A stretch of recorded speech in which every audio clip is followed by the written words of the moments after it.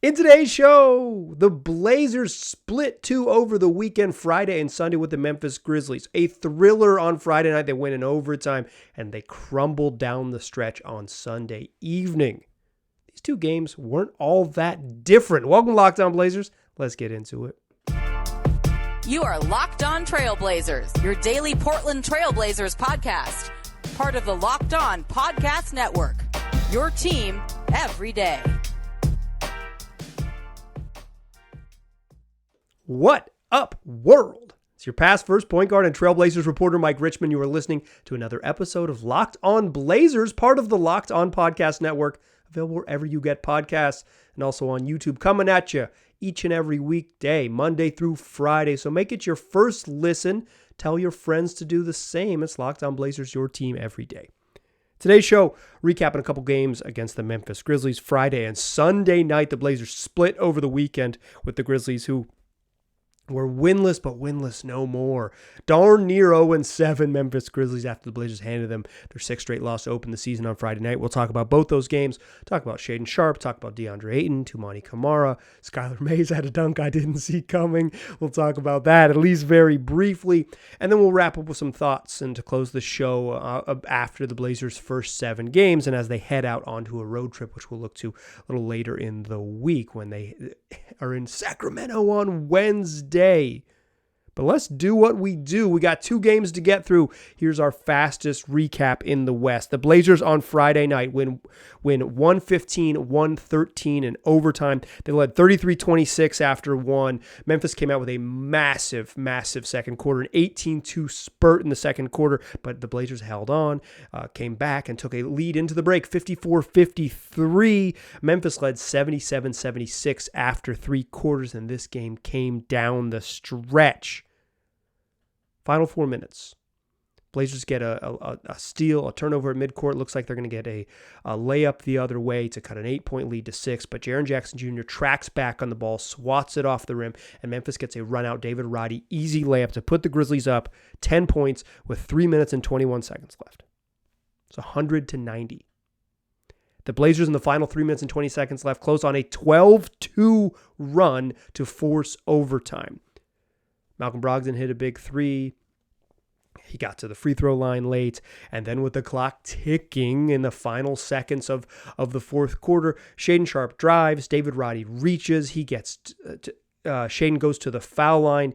Ices 2, no problem. Barely hits the rim. The game is tied, but Memphis has one more chance. Marcus Smart drives, gets himself to the paint, kind of fumbles on the dribble, but still recovers to kick out to a wide open, or seemingly wide open, Luke Kennard in the corner, but out of nowhere, or actually out of the paint. You saw him there trying to stop the drive. Shaedon Sharpe recovers to the corner, swats the ball out of bounds. We're headed to overtime. Just an awesome recovery play. We'll talk about Shaedon a bunch in the second segment, but just not too many folks alive who can move that quickly and jump that high to contest that shot. Not just contest that shot, but throw it into the stands. We go to OT, and Shaedon Sharpe took over in overtime. A tough right-handed finish through and over Jaren Jackson Jr., the reigning Defensive Player of the Year. A step-back 3 when he was running pick and roll, and they just gave him too much space. He's so comfortable taking that 3 off the dribble, particularly when he gets a chance to square his feet up and shoot it. And then Shaedon Sharpe is a problem, and the Blazers have a 2-possession lead. So what do the Grizzlies do? They send 2 to the ball. Under a minute, they double-team Shaedon Sharpe. Whoop! Gets the ball right out of his hands. Finds Jeremy Grant. Off a scramble. He actually just made the pass to the middle of the court. The Blazers, move the ball around, find Jeremy Grant, top of the key defensive scramble as Memphis tries to recover from a double team. Grant, cash. Blazers take a lead, a 2-possession lead off a big 3, 112, or a 4-point lead, 112-108. With 39 seconds left, and they hold on for a win. They get a stop, hit a couple free throws in Memphis. They actually made it closer late. Jaren Jackson Jr. hit a meaningless 3-pointer at the buzzer, and the Blazers hold on 115-113 in a really, really, really fun game. The most entertaining game of the year for my money. In that first game, Malcolm Brogdon, 24 points, 10 assists, 7 boards. Shaedon Sharpe, 22 points, 5 boards, 2 assists, a steal, and that one big old block. Jeremy Grant had 26. Skylar Mays, 9 off the bench. Robert Williams had 8. Toumani Camara had 5.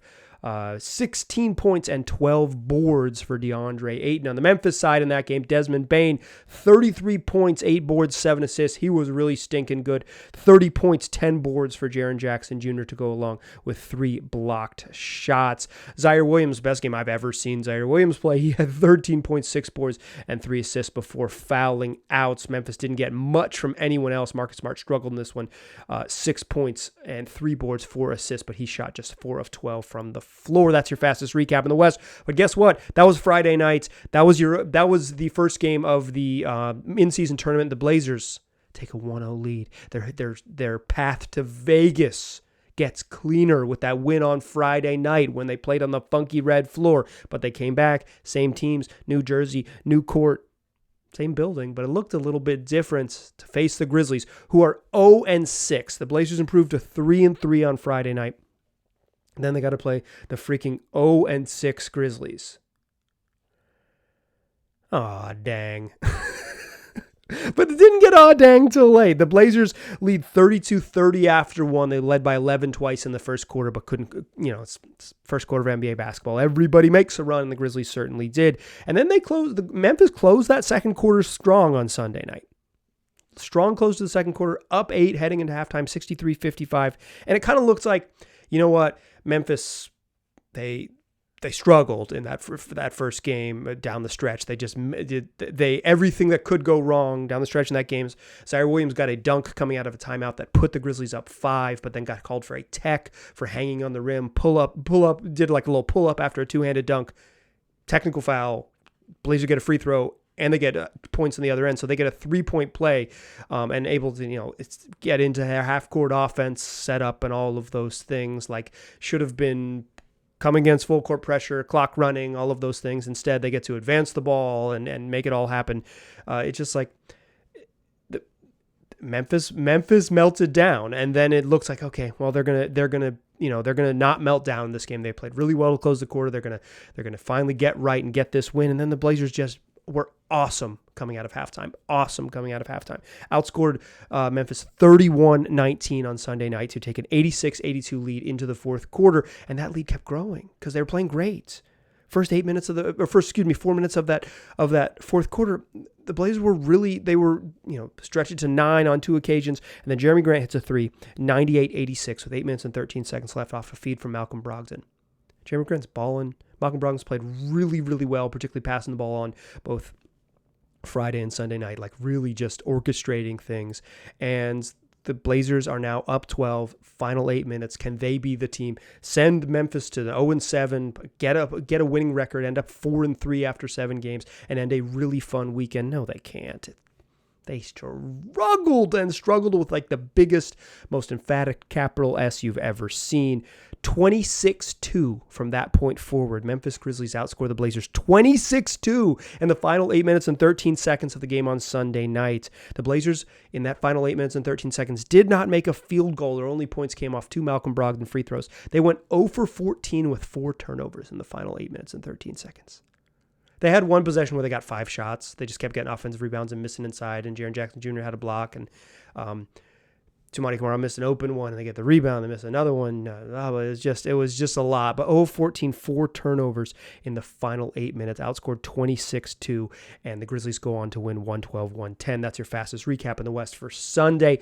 In that one, Jeremy Grant led the way, 27 points, 3 boards, 3 assists.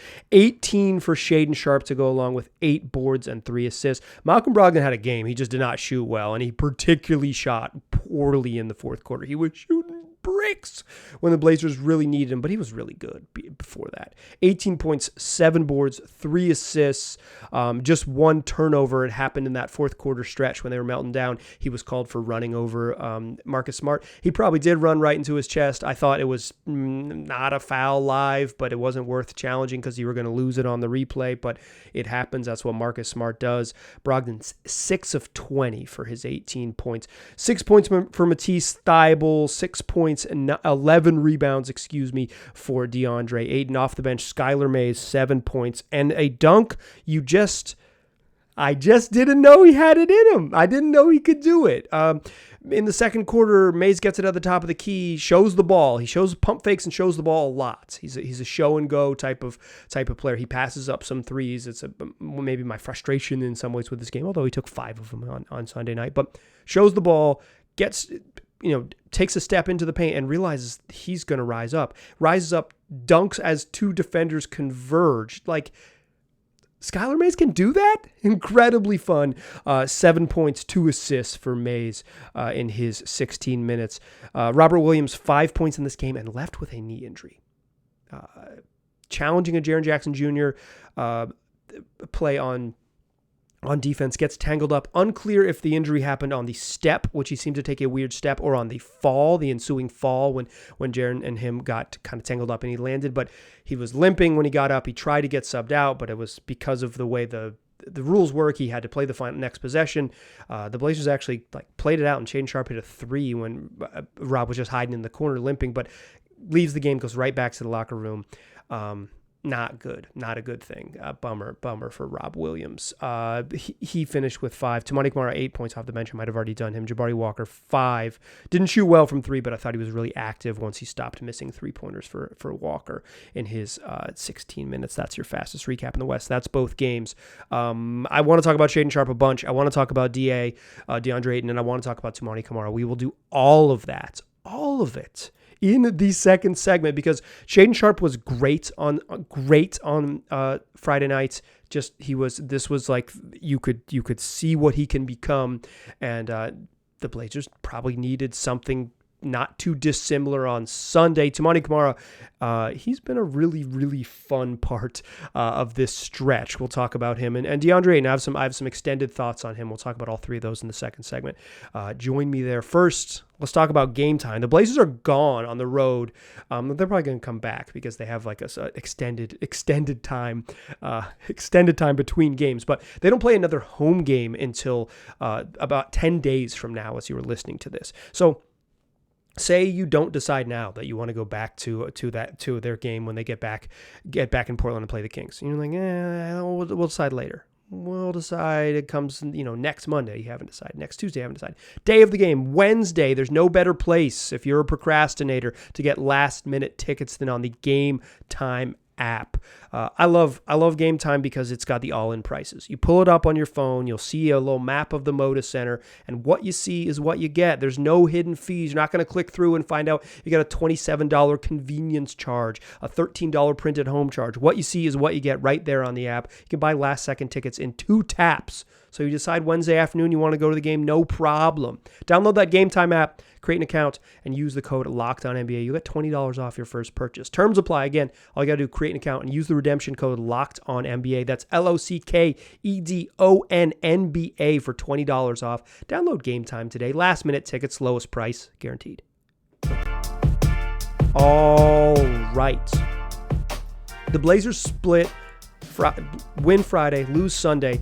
They didn't really do your boy a favor, because the only time this team was unfun was the final 8 minutes. The final 8 minutes before I was going to record this podcast. The only bad basketball they played was the final 8 minutes of the whole weekend. Otherwise, I think they played really well. And Shaedon Sharpe was excellent on Friday. Sharpe, coming off a Wednesday night, they're in Detroit, close out a road trip. They get their second straight win. He has 26 in the second half. He follows it up with just a really darn solid game. 22 points on 7 of 17 shooting, 5 boards, 2 assists. He's playing 46 minutes because he played all of overtime, but it's like he would have played almost 47. 46-26, 46 and a half minutes. Would have played 41 and a half minutes, 42-minute games. He's basically playing every single friggin' minute of the second half. Like he's out there playing. He's getting 3 minutes off to come out and ball. And he looks great. And he particularly looked great when they needed him to, right? They're down 2, closing seconds. He gets the ball and attacks. And he attacks on his preferred right side, gets the ball in his right hand. He's so strong with the ball in his dominant hand. Like if he gets downhill and gets a step and kind of gets his momentum going and doesn't have to dance, his handle isn't super strong, but once he gets once he kind of gets into that gather motion and uses athleticism to go, he's a problem. And he was a problem. And David Roddy reaches in and he draws a foul, and then he just makes such a special defensive play to send it to OT. He said after the game, I lost Luke Kennard. Yeah, he didn't know where he was. That was his man. He didn't know where he was. But, and that's like a bigger problem I'll talk about in a second, but like, sees the pass, knows it's going to the corner, says, I got to get to the corner. And he said he didn't even really see Luke Kennard. He just saw the ball and reacted. So 1 step, 2 step, leap. He's swatting a 3-pointer out of bounds to save the game. Like, there's just, how many dudes in the league can do that? He's 20 years old. Follows it up with just a solid game on Sunday night. It wasn't bad by any means. 18 on 7 of 15 shooting, grabbed 8 boards, played another 41 minutes in this one. At some point, I think Skylar Mays just needs to play a little bit more. So Malcolm Brogdon 39 minutes, Shaedon Sharpe 40. Like, just a little bit more of those guys. So they're playing like not 40 minutes a night, but that's like a nitpick for another day. I do think it's too many minutes, but I kind of get it. They want to win the games. The games are close. At some point, it seems like a priority to play them a little bit less in the middle quarters. But the difference in Shea on Friday and Shea on Sunday, free throws, basically. So what it comes down to, on Friday night, he was 6 of 7 at the free throw line, including 2 to seal it, or 2 to tie it, rather. On Sunday, he takes 3 free throws. 4 more attempts. That's your difference in your points. But, the box score and 4 shooting possessions is like, it's more just the way when the game was on the line, what was Shaedon Sharpe doing? On Friday, he's attacking, and he's attacking in the overtime too with a tough, he gets fouled late, tough finish early in OT, has a big 3 when they're running pick and rolls through him. They just start running the offense through him in the overtime, and he's carrying them. Then when they double team him, they're double teaming 20-year-old Shaedon Sharpe under a minute in overtime. He's just making the right play. Get the ball out. If you're double team, get the ball out. You get the ball out. And Memphis just did a bad job recovering, and you end up getting Jeremy Grant with a wide open top of the key 3 because they're scrambling off of double teams. Commanding double teams in overtime at age 20 in year 2. But the difference is the force he played with. He gets downhill, he attacks, he's intentional, he's aggressive, and then when they needed him, and things are melting down on Sunday. They're going 0 of 14 with 4 turnovers. He took 1 shot during that stretch. And you can say, hey, Mike, that's a coaching problem. Because I know some people want it to be one thing or the other thing. I'm telling you right now, it's both things. It's both things. And let me expand on this with Shaedon Sharpe as the lens.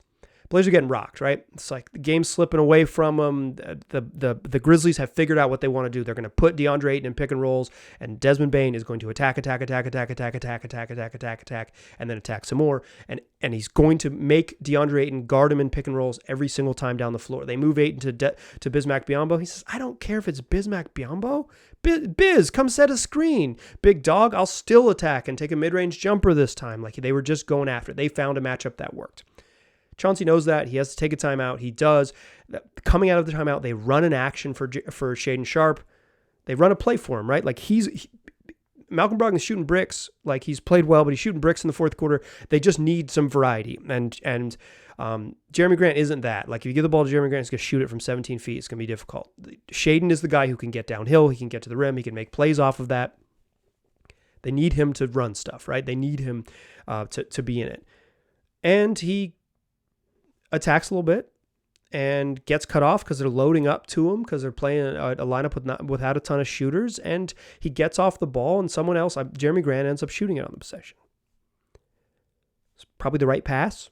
Read the defense, make the right pass and play, but like, they tried to get him involved and they just needed him to be more demonstrative down the stretch. And after the Friday's game, Chauncey Billups that says sometimes he's forcing Shaedon Sharpe to attack a little bit because he can get lost out there. And that's one of his problems right now, is that Sharpe when he's on and he's dialed in on, okay, I'm in go score mode, he can really score. He can shoot pull-up jumpers. He can get to the rim with his right hand. He's got a really good-looking pull-up three-point shot. Like he's really comfortable taking like a slow rhythm dribble that looks like he's going to explode. If you step back, he takes, he'll square his feet up, get them pretty close together and shoot it. Like he's really comfortable with that shot and shooting really well on pull-up threes this year. But he doesn't always do it with authority. He doesn't always do it. He doesn't demand the ball. He doesn't have that little bit yet. That is the thing that he's missing, is that consistency of aggression. Get a little lost out there. He's, the Blazers are a little light on guys who can dribble and pass, and Sharpe is certainly a better passer than he's ever been. He's improved a ton at that level. And I think they just need him to get in there. He's not going to be this crazy playmaker, but they need to get him there and be aggressive because he can see the floor when he's aggressive and he can really score. And they just need him to be there. And he wasn't on Sunday's game. It's a little bit different. I think they tried to get him into matchups. They tried to, he had a couple times he had a 5'10" guy on him. With all due respect to Jacob Gilyard, like, 3 separate times he's guarding Shaedon Sharpe. Only one time did Sharpe shoot with a 5'10" dude on him. 5'10" might be generous. 5'8", small guard on him. Shaedon's he's got to be aggressive there. Maybe some of that is Billups making sure he gets the matchup, but I think like the difference in this game is that on one side, Memphis found a matchup, they worked and attacked, and the Blazers never found that. And in part, they never found it because they need Shaedon Sharpe to figure out what worked a little bit, and he just didn't have it. The Blazers played great in the third quarter just by playing really hard, and that's like one of the fun parts about this team is that they play really hard. Certainly, I think that speaks to coaching to some extent, even if there's some frustration with execution down the stretch on Sunday nights. Let's talk about playing hard. Let's talk about DeAndre Ayton. Let's talk about Toumani Camara. All of that to close the show, and some general thoughts on the first 7 games. I will share those with you. I think Shaedon Sharpe is so freaking talented, and I think if he finds the consistency to play like he is so freaking talented all the time, he's going to be nuts. Like he had 18 and 8 tonight, and I think he left some on the table. He had 24 in the previous game, and I think he leaves a little bit on the table sometimes just because he's not revving that engine and looking to go. This team's fun. It's fun. They're struggling a little bit, but they're fun because even their young players that are have the tools to be really special are already playing well, and you can see the obvious parts of their game where they need to fill it out. Let's talk about that and more fun from the Blazers, all of that in the third segment. First, FanDuel, America's #1 sportsbook, and right now is a great time to get involved with FanDuel because during the NFL season, they give you $150 in bonus bets with any winning $5 bet, any winning $5 money line bet. So you bet on a team to win outright. I'm recording this after the football games have ended on Sunday, but you've got another one coming Thursday and then more next week, including another game in Germany. So you could wake up super early, 6 a.m. on the West Coast, bet $5. And then when the other games start at 10 a.m. out here, once you've won, heck yeah, you did it. You bet on the Colts to win a 6 a.m. kickoff in Germany. You woke up a little bit later. They got the dub. You have $150 in free bets to play with. So if you think about joining FanDuel, why not get involved in the action? Once you bet on that money line bet, you can also use your free money, use your bonus bets to bet on things like spreads, player props, over-unders, and more. So if you're curious, and you should be, go visit FanDuel.com/lockedon and get involved in the NFL season. That's FanDuel, an official partner of the NFL. Still a pass first point guard.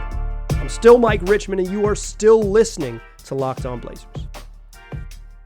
I think Shaedon Sharpe is really going to be good, and I think the difference in Friday and Saturday is so subtle. He's got it. If they can just get his engine to rev a little hotter, he's going to be special. His learning curve has been wild. He's already this talented. It's there for him. But he's not the only fun part of this team. You know what's fun? You know what's been really fun is Toumani Camara. He embodies what has been enjoyable about this team. You know, they're pretty bad on offense. I don't think we need to sugarcoat it. On Friday night, they won a game at home in which they shot 40% from the floor, 28% from three, and we're down 10 with 3 minutes left. But they just make plays because they don't go away. They just play hard. When it looked like they were going to lose a bad close to the second quarter, looked like things were going to fall apart there coming out of halftime, they just play their butt off, and it was, they had a lead heading into the fourth. And I don't think effort was an issue down the stretch. It was just, Malcolm Brogdon shot some bricks, and they needed to get Shaedon Sharpe involved a little bit more, and they needed him to get himself involved a little bit more. It's like part coaching, part Sharpe, right? Like they gotta dial it in. They gotta find a matchup that works. But this team has been really easy to root for, and I think in some ways Camara just personifies that. Is Toumani Camara a particularly good offensive player? No, he's not. He's not. He is not that. He shot actually fine in this game. Like if you look at on the Sunday night, 3 of 5, 2 of 3 from three. But like he's one of his threes took a million bounces off the rim. Like he's not a great offensive player right now. Doesn't attack off the dribble well. Not a passer, not a shooter, but he plays his butt off, and he has that knack for rebounding, and he gets after it on defense, and he gets in little beef. So he's beefing with Marcus Smart. He's beefing with Santi Aldama. He gets his nose into, if there's a fracas, if there's a kerfuffle, if there is physicality in the paint, you look in there and there's 33. There is Toumani Camara, and he is keeping an offensive rebound alive. He's hustling and trying to make a steal. He's guarding folks full court. And on Friday night, when the Blazers needed him, Matisse Thybulle started both games, started Friday and Sunday, but he did not start the second half on Friday's game. You know why? Because Desmond Bane was going nuts, and they needed someone who would sit down and guard Desmond Bane, like get into a defensive stance and get after it, guard him full court and be physical and use his length. And that's two. And then at the end of both games, who's on the court? It's two. Toumani Camara plays at the end of games. Like he with the current situation, no Anthony Simons and no Scoot Henderson, Toumani Camara is the obvious choice to be the fifth guy on the floor when the game's on the line. He's fun. And kind of like the whole Blazers this year, like the fun part about him is that he's going to play his butt off. He's going to compete. What more could you want? He's going to play really hard. He's got, the rebounding stuff is an innate skill, and the defense is an innate skill, but you have to play. There's a certain level of effort, requisite effort required to be a good defender. He brings that every single time, and then he's got some really good instincts as a defender. Speaking of that, Shaedon Sharpe's instincts as a defender, like his defensive playmaking, he's one or two plays a night where he had it against Toronto. He had a late strip on Grady Dick against the Pistons. He had a late steal against, obviously, had a monster block on Friday night. Like his defensive playmaking is really, really special. If he can get the sort of focused off-ball defense that sometimes he's missing a little bit, he's got tools to be a special defensive player and he's a special offensive player. I'm excited about Shaedon Sharpe after this weekend. I'm excited about Toumani Camara. He's really fun. And I want to give credit to DeAndre Ayton. Didn't have a particularly good game on Sunday night. The box score speaks to that. 3 points, or 3 shots, 3 buckets, 9 shots, 3 of 9, 6 points. It's just someone who reads a box score for a living. Not a great read of the box score right there. 6 points on 3 of 9 shooting, grabs 11 rebounds. They targeted him on defense relentlessly and went after him down the stretch in a 26-2 run that changed the game. And I came away from this weekend feeling better about DeAndre Ayton, honestly, because he is they do not have a good idea how to get him involved. I think they did at the beginning of the year. I think the coaching staff had a vision. Him and Anthony Simons have some good chemistry, and the way that you have to guard Simons, because he can shoot and pick and rolls, is going to open up that pocket for DeAndre Ayton to operate and shoot mid-range jumpers, because that's what he wants to do. Shoot little floaters, shoot mid-range jumpers, operate from 3 to 15 feet. That's his comfort zone. And this pick and rolls with Avery Simon is going to help him do that. Scoot Henderson's going to figure it out, and they're going to get there. They just don't have enough dudes who can dribble and pass. Shaedon Sharpe's not quite there yet, although he's, again, a better passer than he's ever been, but he's not quite there yet. Malcolm Brogdon is the only true facilitator healthy on the roster right now, other than Skylar Mays, but I think they can play Skylar Mays 20 minutes, but I don't think they can play him much more than that, because it just his fit offensively with the other guys and sort of what he brings. He's totally competent, though. He's totally competent. I don't think the solution is 30 minutes of Skylar Mays, to be clear. But he can operate in pick and rolls. He has a real pace to him. They don't have a plan. The Blazers don't seem to have a good plan now with their limited sort of dribble, pass, shoot options that can run pick and rolls with them. They just don't have enough pick and roll operators. And then I thought a lot this weekend. They just didn't find DA on switches. On Friday night, 4 different times, Zaire Williams switched onto him and they didn't give it to him. I wrote down in my notebook, 4 with Z, and they didn't give it to him. Zaire Williams played freaking great Friday night. It's the best game I've ever seen him play in my life. But he's skinny, and he's like a small forward. He's like a tall wing, but he's skinny. Ayton should be able to, he should get the opportunity to punish that at least twice out of those 4 opportunities. They don't look for him on those switches, and I think that frustrates him. He had a true stupid one tonight where the Blazers got a switch they wanted. Shaedon Sharpe on Bismack Biyombo, and Ayton stepped into the lane and committed an offensive foul, and it was a turnover trying to post up Jaren Jackson Jr. for no reason. He's got to get out of there. But I feel that frustration with him. He's not getting his touches, so he's trying to work his butt off. But I will give Ayton credit for this. He's playing really hard on defense. The knock on him was that if he didn't get his touches on offense in Phoenix, that he didn't bring it on defense, and he didn't do the little things. He's playing hard. They got him playing hard right now. Is that going to last forever if they continue to not find him and not get him involved? I don't know. I don't know him well enough to speak to that necessarily. I know the reputation that precedes him, but I can't call it on that. I will say this though. I give him credit for how hard he's working. He's really, really, really working hard, and they don't have a good way to get him involved. I mentioned this on previous shows, but a direct post up for DA is not great because they don't have enough shooters. Direct post up, okay, I'm doubling off Toumani Camara, whoever it is. I'm doubling off Jabari Walker, wherever he is. I'm doubling off Matisse Thybulle. Pretty much always the Blazers are going to have one serious non-shooter that's an automatic double. There's the guy we're leaving. Who cares? Even if they're in the strong side corner. Here's the guy we're doubling. Who cares? So direct post up is not easy for him.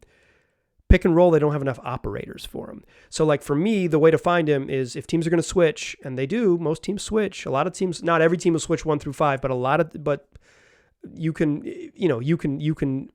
will get switches a handful of times per game. Give him the ball. He needs more of those. Final thoughts as we get out of here on Monday's show. Thanks for listening. Monday, November 6th show. Happy birthday to my little cousin Julian. But I will say that this team got some injuries. No Ant, no Scoot. We'll see on Scoot. He shot before both games. He was out on the court getting work in on Friday. He was out on the court getting work in on Sunday. I think that's a good sign. The Blazers have a couple days off before they play again on Wednesday. So we will see what it looks like if Scoot's available. No word on that. He's questionable and day to day. So we just don't know. But we will. I think despite the injuries, despite all of that, you kind of know what you're going to get with this team, and it's a team that just plays. They get after it, and that's been really fun. I think the injuries have been a little bit of a bummer and that stuff, but that's basketball. It's just kind of how the sport works. But I think this team has been really enjoyable despite their flaws, and I think one of the parts about this season that will be fun is to see them kind of, what are those some of those flaws are always going to be there. I don't think this team's ever going to be a good shooting team, but it's like, how do they work around that stuff? How do they grow there? And a team that gets after it, a team that competes, is rewarding to watch. And I think this team competes, and they're going to be rewarding to watch. And so now when they head out on the road and they play like a bunch of freaking road games, I think it'll be easy to appreciate them, even if they struggle, as long as they continue to play hard, because that's like the minimum ask. Sharpe is going to continue to find his game and be really enjoyable. Malcolm Brogdon is just a professional basketball player. Jeremy Grant scores a bunch. He's gotten. I think he had a tough stretch to start the season, but dude has been more efficient, gets after it, and scores. And you're going to get a team that competes and plays really hard. And I don't think you can ask for a 2-2-2 too much more. That's going to do it for today's show. Tomorrow's show, we'll look ahead to a long road trip for your Portland Trailblazers. How about you tell your friends about the podcast? It's wherever they get podcasts, and it's also on YouTube. I appreciate you listening. I'll talk to you soon.